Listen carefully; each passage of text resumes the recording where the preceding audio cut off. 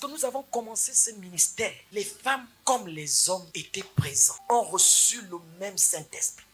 Dieu ne veut pas que nous puissions appliquer les traditions humaines dans son œuvre. Il y a des femmes ici, par les compassions de Dieu. Dieu t'a dit de te lever pour prêcher l'évangile. Dieu t'a dit depuis longtemps que tu dois te lever pour les intérêts de Dieu. Parce que tu t'es justifié, j'ai les enfants. Tu t'es justifié que j'ai le travail. Tu t'es justifié que je ne peux pas. Pourquoi est-ce qu'on trouve trop de personnes qui sont assises dans les églises? L'une des choses les plus difficiles pour un homme, sinon la chose la plus difficile, c'est celle de pouvoir dire « je réponds à l'appel de Dieu ». C'est la chose la plus difficile. C'est pourquoi vous allez voir les gens, ils sont assis pleins dans les églises. Vous savez le prix qu'on paye. On pense qu'on n'a pas. Moi, quand je viens ici, le cœur commence à battre. Depuis que je suis jeune, pourquoi? Parce que c'est une œuvre utile. Les gens préfèrent rester dans leur cocon. Ils préfèrent rester dans leur confort. Ils préfèrent venir, je préfère donner mon argent. Je retourne chez moi. Bien aimé, j'ai reçu que les femmes arrêtez. Il y a des femmes qui sont ici plus de 20 ans. Je ne sais pas quel exemple vous voulez encore prendre. Vous avez vu, il y a le pasteur Mireille, le pasteur Maman, je suis là. Vous voulez encore quel exemple qu'on vous montre comment on sert le Seigneur, comment on peut prêcher? Les gens se cachent derrière les petites tâches. Oh, je vais balayer vite. Oh, je vais vite faire.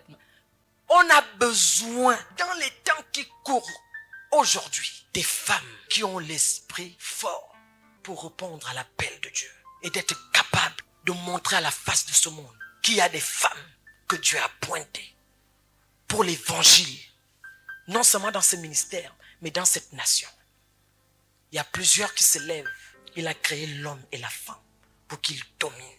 C'est pourquoi je veux faire un appel ce matin.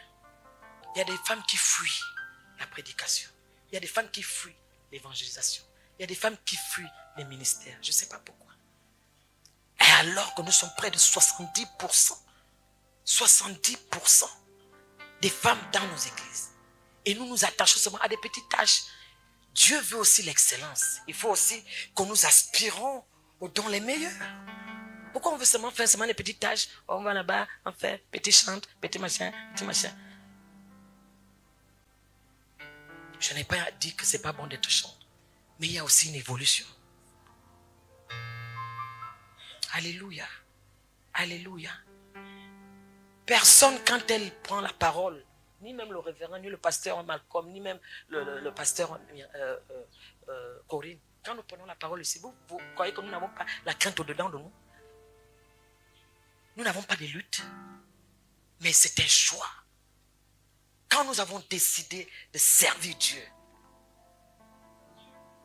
c'est à cause de sa sainte alliance qu'il a fait avec Abraham.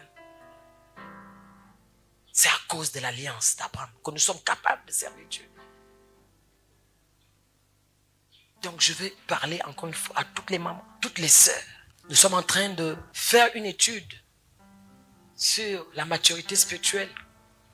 Nous voulons voir des hommes et des femmes qui se prononcent, qui sont des prophètes, qui sont des pasteurs, qui sont des docteurs, qui sont des apôtres. Ce n'est pas tout simplement fait d'entendre ce qui est dit.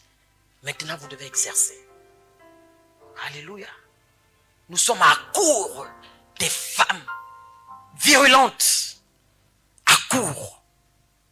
Parce que les femmes sont trop assises. Je ne sais pas de qui vous avez pris ça. Trop à court.